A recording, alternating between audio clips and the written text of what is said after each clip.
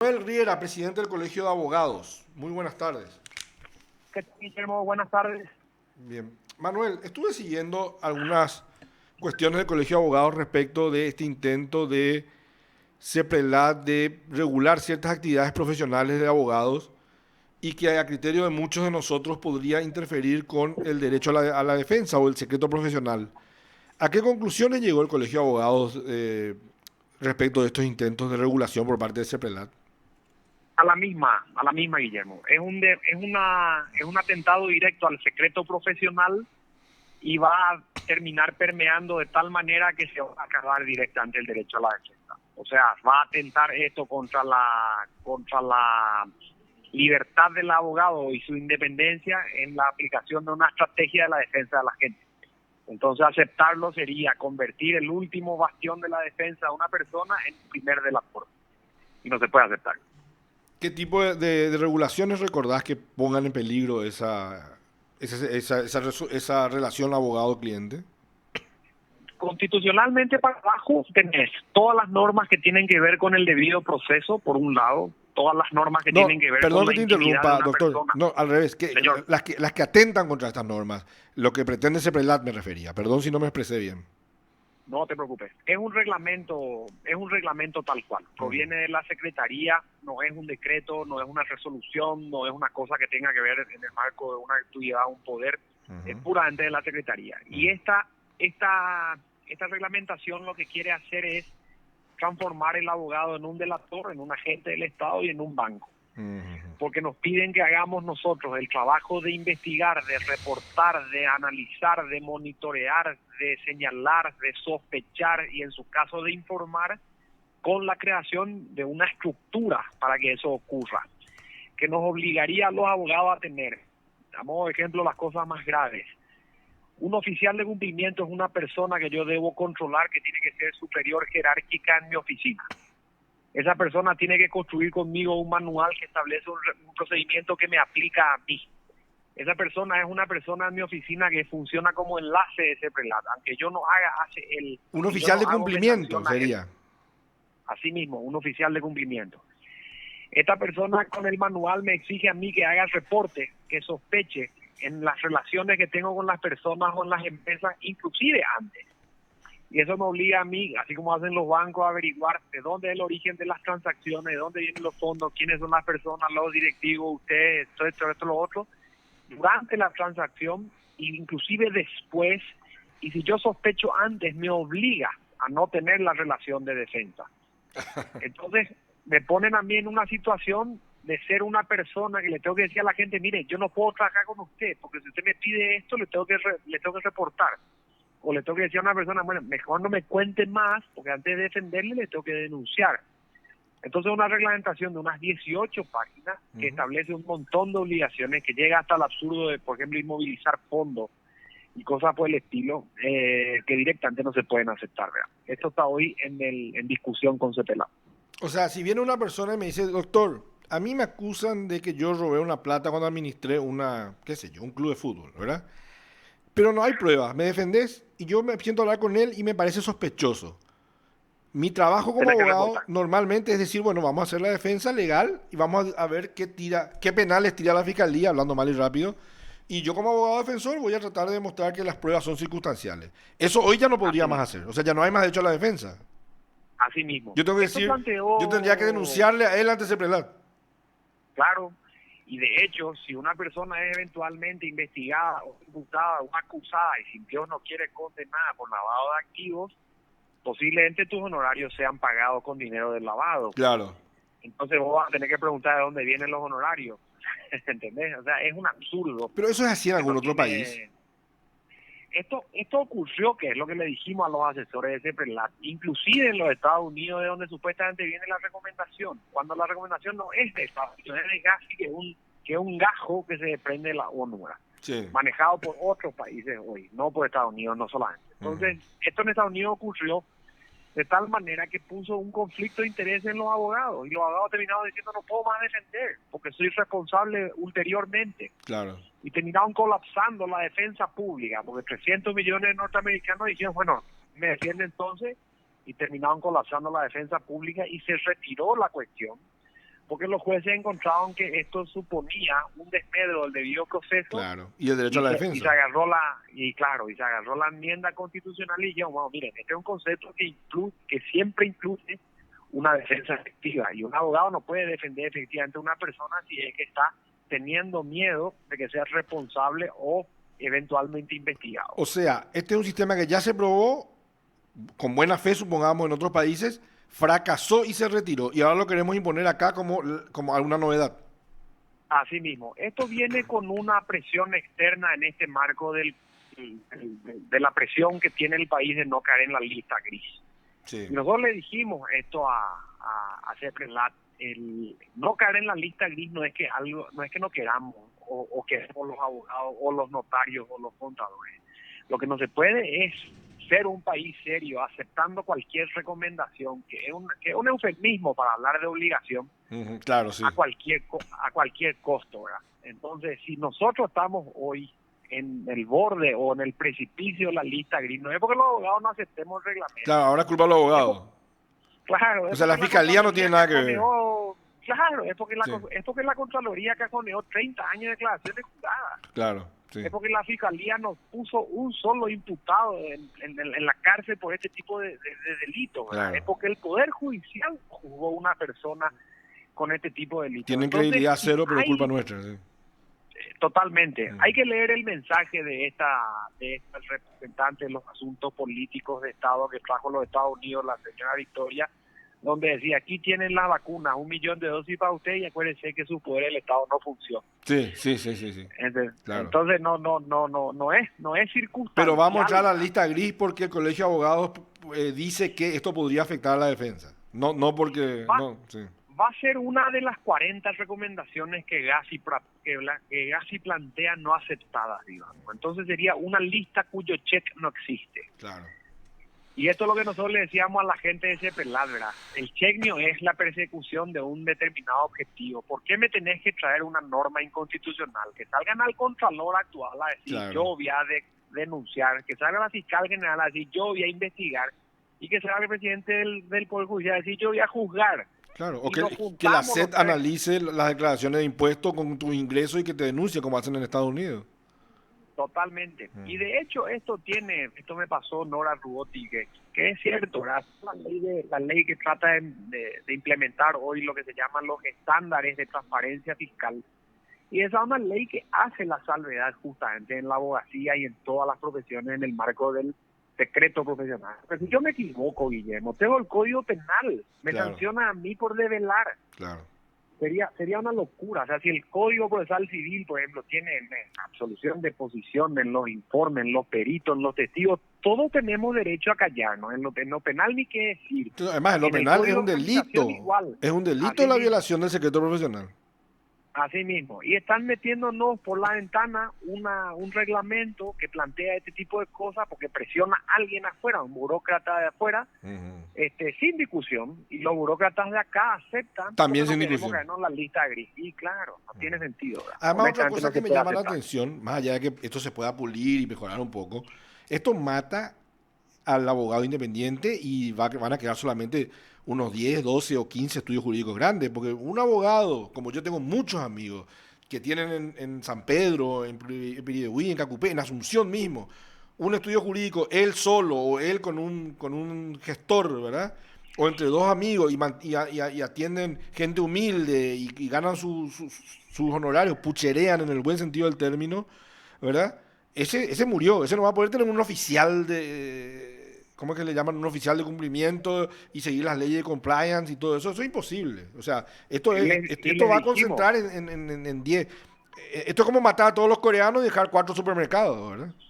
Le dijimos esto mismo, esto que estás diciendo así tal cual, porque nosotros tuvimos una reunión con 15 colegios de abogados del interior. ¿Y qué dicen? Y cuando planteaban este asunto me dicen, mira, el reglamento propone que las personas que no pueden contratar a un oficial de cumplimiento sean ellos mismos suboficiales. Ah, qué solución fabulosa. O sea, tengo que ser arquitecto, ingeniero. Claro, sí. Yo soy juez y parte de lo que yo hago, entonces yo mismo me delato. Claro. Y si yo no me delato, yo me incumplo a mí mismo, es una cosa. Sí, o sea, la responsabilidad penal va a caer sobre mí mismo y yo tengo que saber también de contabilidad ahora, tengo que ser un contador. Es una cosa de loco, ¿verdad? Nosotros le despertamos la alarma a los contadores. Los contadores son personas que siempre fueron responsables solidarios al firmar un balance. Claro. Pero ahora le tenés que decir, Trampo, si vos pones acá que hay 1.000 guaraníes de existencia en un depósito, tenés que ir a ver que ese depósito tenga cosas que no compró lavado. Sí. Si vos pones acá que esto está en una oficina, tenés que ir a ver que definitivamente exista y que lo que está ahí no se haya comprado con lavado. Y así son los notarios. Y los notarios peor, ¿verdad? Porque los notarios están obligados a salir de lo que sus escrituras ya les dicen. Y además ellos tienen un control que la Corte hace de oficina, de protocolos, Sí. reportes anuales. O sea, esto está en contra de la sistemática de la defensa local, sin duda alguna, de la internacional también. Pedí acompañamiento a los colegios de Mercosur y a una Unión Iberoamericana también de abogados, a ver si me dan una mano en este asunto, en cómo les fue a ellos. Y estoy detrás de las reuniones, ¿verdad? Tuvimos ya una reunión con el Contralor, tuvimos una reunión con la Fiscal General, tengo pendiente una con el presidente del Banco Central, y después llegar a la Corte a decir, den el paso al frente ustedes. Claro. Constitucionalmente, honestamente, la competencia es de ustedes. Claro. Y no nos dejen a nosotros una cosa que no se puede aceptar, ¿verdad? Y en eso vamos a ver si sale. Te quiero cambiar de tema si te me regalas unos minutos más. 2 temitas más te quiero señor. tocar.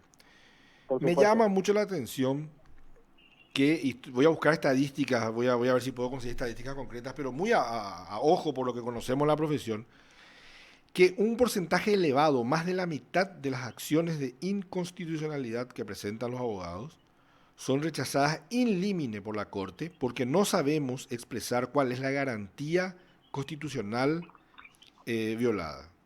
Me ha pasado personalmente que le digo, esta resolución que dictó el juez fulano, puedo estar equivocado o no, ¿verdad? Viola el artículo 17 de la Constitución que dice que uno tiene derecho a ejercer su defensa de tal y tal condición. Y me dice la Corte, usted no supo expresarse, yo no puedo entender lo que usted está pidiendo y por lo tanto no puedo ni siquiera saber si tienes razón, si esa resolución judicial violenta o no una norma constitucional, porque no sé qué norma constitucional. Lo que quiere decir o que yo no sé escribir o que la Corte no sabe leer. ¿Estamos tan mal los abogados que no sabemos redactar? Mira, te cuento esto me viene como anillo al dedo por una cuestión, ¿verdad? En el 2019 y en el 2020, con más o menos 40 alumnos de cuarto curso, uno por año, nosotros analizamos 200 fallos de la Corte durante un periodo de 10 años, 20 por año, al azar. Interesantísimo. Y a partir de eso, hicimos un análisis de los 200 considerandos y transcribimos los motivos por los cuales la Corte viene rechazando in limine las acciones. Sí. Y de eso salió un inventario de más o menos 24 motivos que se dan en general, los libros que se leen, los fallos que se utilizan, la justificación que se da, y son como clichés que aparecen constantemente a lo largo del tiempo. Es como que los ministros cambian, queda el relator, ¿verdad? O queda el modelo, da esa sensación. O sea, hace un abuso del copiar, pegar del Word, ¿verdad? Pero vos sabes que se aprecia esa continuidad de la idea, el mismo libro, la misma página, o sea, es increíble cómo se mantiene, pero en definitiva, lo que la Corte viene haciendo es utilizando razones de forma y de fondo para rechazar las acciones por 2 o 3, que son los motivos principales, los que más aparecen. Te hablo de más o menos el 75% de las veces. Nosotros esto sistematizamos, digitalizamos, tenemos todos los escaneados, tenemos graficados, tenemos tendencias, tenemos todo esto que se está trabajando ahora en publicar. Lo que la Corte dice es, en eso que preguntabas, el abogado no puede limitarse a señalar de manera genérica la norma, no más. Uh-huh. Tiene que hacer un inferencial que le diga a la Corte cómo es que esa norma le agravia en el caso. O sea, sí. Si vos decís, se viola el debido proceso porque se viola el 17, no basta. Tendrías que decir, mira, esto que te acabo de decir, en este fallo, claro, en este lugar, en este caso, el juez me privó de esta prueba. Porque no me entregó la fotocopia del expediente a tiempo, por ejemplo. Sí. Exacto. Y cuando me privó de eso, no pude probar esto que sí me probaban y a ver ese tipo de trabajo. Claro. Ese es uno de los temas que normalmente dicen. O sea, es como que la Corte está diciendo, las acciones que llegan acá son meras disconformidades. Claro. Esa es la frase que normalmente así mismo dicen. Una cosa que no te guste, pero no me expresaste que Bueno, pero entonces no sabemos redactar los abogados. Así es. Ellos hablan de un trabajo inferencial que es bajar la norma al caso concreto y explicar. Después normalmente lo que suelen decir es no se aprecia, y ahí yo creo que ahí la Corte entra en una lectura de fondo que en principio no debió hacer si el rechazo es in limine. Exacto. No se expresa que los jueces tengan arbitrariedad, argumentos antojadizos, que no hayan usado la sana crítica, Sí. que no hayan esto, que no hayan lo otro, ¿verdad? Sí. Pero lo que la Corte está haciendo en definitiva es leer, o sea, hizo una lectura somera, por lo menos, pero lectura al fin del fondo, y te está diciendo lo que no debió haberte dicho si el rechazo era inminente. Claro. O sea, acá nosotros tenemos un lindo trabajo que si se puede va a salir este año para mostrar qué es lo que los abogados deberían dejar de hacer para que no se rechacen, o cuáles son las situaciones en las que no deberían iniciar. A ver si entiendo. En este estudio que hiciste, ¿la Corte te parece que tiene en alguna parte razón que los abogados estamos no redactando bien nuestras acciones de inconstitucionalidad? No se puede decir eso porque nuestro trabajo es descriptivo, Guillermo. Para saber si lo que el abogado realmente habría que analizar cada caso. Hay que ver cada expediente, exacto. Y de todas maneras es preocupante, porque o los abogados no sabemos redactar una acción o la Corte se está mirando a otro lado. O sea, en algún lado ahí está pasando algo grave, me parece. Claro, vos podés decir hoy, mira, yo hago el trabajo inferencial de manera correcta y cumplo con lo que usted me viene diciendo hace 10 años en estos 80 fallos. Hoy te puedo decir eso. Y no te pueden rechazar in limine por eso. O sea, yo te trataría de dar un menú de razones por las que normalmente se rechazan para que vos te cuides de que eso no ocurra, evitando el rechazo. Sí. Esa es la idea que el ¿Cuándo vamos a contar con ese trabajo? Y mira, estoy en la mitad todavía. Estamos arreglando las notas finales. Estoy trabajando con los mitades porque ya me pasaron a hacer estos cursos, ¿verdad? Claro. Entonces estoy arreglando con ellos la redacción final y si sale es este año, en este segundo semestre del año, ¿verdad? Bueno, esa es la idea. Va a ser una herramienta importante. Otro tema que quería tu opinión, si todavía me regalas unos minutos. Sí, señor. Entiendo que es un tema que incumbe más al colegio de escribanos que al de abogados, pero también a los abogados. El tema del registro público. Siempre hubo muchas quejas, siempre hubo muchas arbitrariedades. A mi criterio rechazan órdenes judiciales sin tener facultades para hacerlo. En algunos casos por errores de forma, que sí corresponde, pero en otros casos ellos cuestionan por qué un juez levanta una medida cautelar en lo civil, por ejemplo, ¿verdad? De una inscripción de litis en un inmueble y dicen, no, ¿por qué este juez levantó, verdad? Sí. Pero hoy día las demoras, los retrasos en el registro público ya son directamente atentatorios contra, no sé, contra el comercio, la vida civil. Hoy día creo que no tendríamos ni que morirnos, ¿verdad? Porque anotar una litis, hacer cualquier cosa, un estatuto de una sociedad intermedia, de un club, de lo que fuere, de un sindicato, está demorando casi un año, ¿verdad? ¿Qué está pasando con el registro público? ¿Qué se puede hacer para mejorar eso? De hecho, te digo lo que pasó de hecho y sigue pasando en ese sentido también. La Corte se atrasó con los pagos de la concesionaria del software. Eso es un tema. Por un lado, cuando cae eso, empieza el incumplimiento de lo que se suponía la nueva licitación para mejorar el software que la propia Lourdes, como le pidió al Poder Judicial. Estamos manejando un software del 2005. Sí. Fue eso, digamos, discutido inclusive en el marco de una reunión del Pleno y qué sé yo. No se pudo comprar el nuevo por problemas presupuestarios y de licitaciones. Ese es un tema.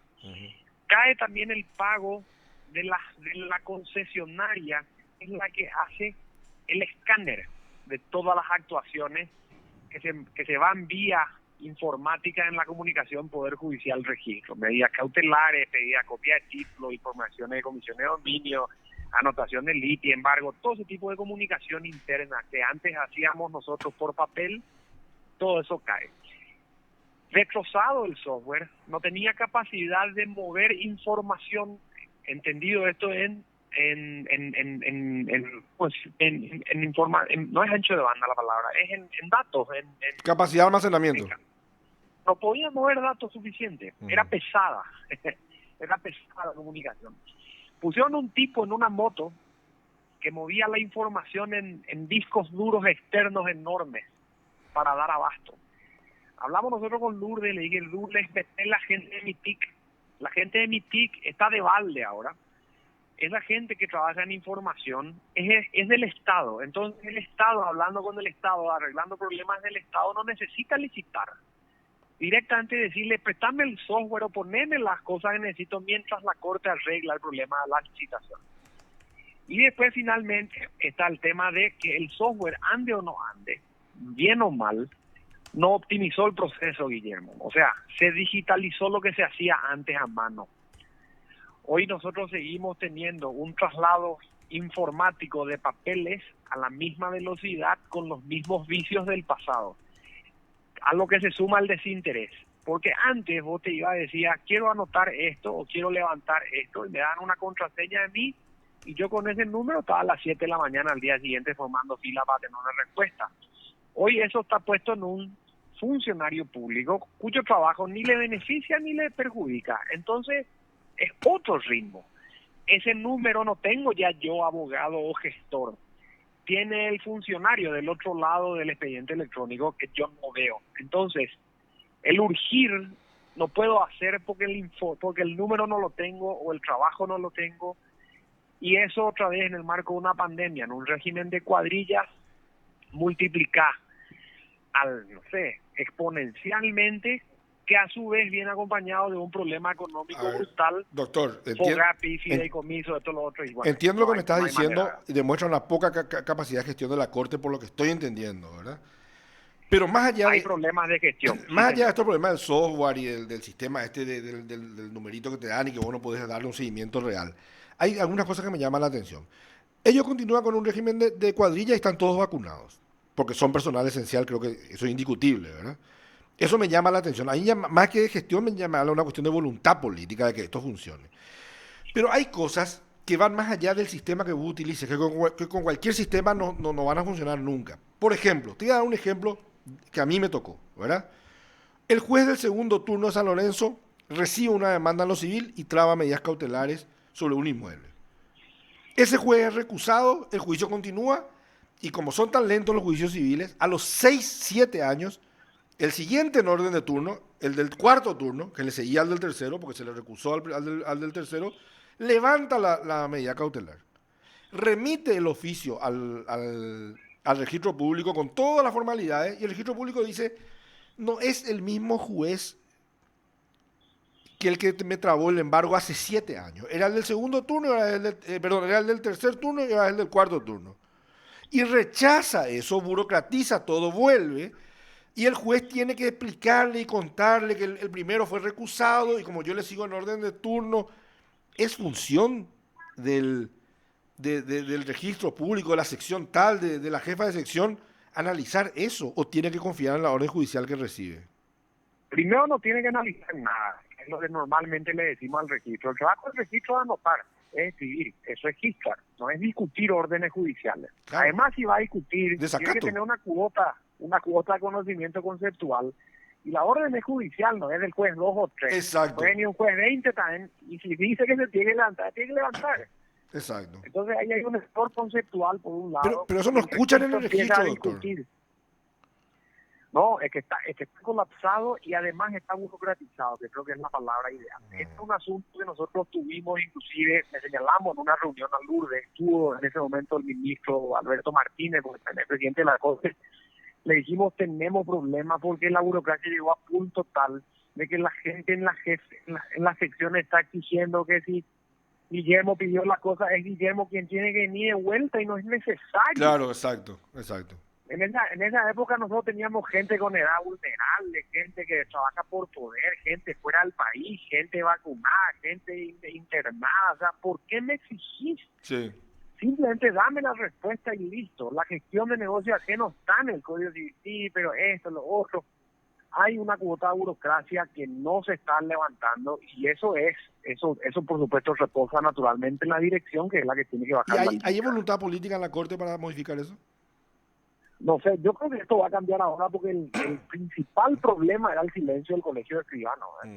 Y el Colegio de Escribanos tuvo alguna interna, ahí a lo mejor tendríamos que averiguar mejor con la Corte, porque les retiraron el negocio de las hojas, el negocio de las firmas y si por ende la recaudación. que además le demandaban la plata. Hay un problema ahí, cambió, y eso generó una caída de la comisión directiva que, según me contaron, tenía muchísimo tiempo. Hoy hay una nueva comisión directiva en el Colegio Escribano que está rompiendo lanzas en esta relación antigua que había con el registro, ¿verdad? Ojalá eso nos beneficie a los usuarios del sistema. Así mismísimo. Ahí entró, creo que la ex senadora, la señora Mendoza de Hacha, entró todo un equipo nuevo, hay un presidente nuevo, o sea, hay gente nueva con la que hay que hablar. Yo creo que van a haber ideas más frescas. ¿En qué anda el Colegio de Abogados aparte de estos temas que tocamos? Y mira, lo más grave, lo más urgente es lo de CEPRELAT. Actividades académicas tenemos dos, algo vamos a hacer por el Día de los Abogados en agosto. Tenemos delante el lío del registro, porque los abogados escribanos me están pidiendo la misma cuestión. Y lo último es, tenemos que de alguna manera reactivar el diálogo con la Corte. La Corte ya no se reúne con ningún gremio de abogados desde febrero de este año.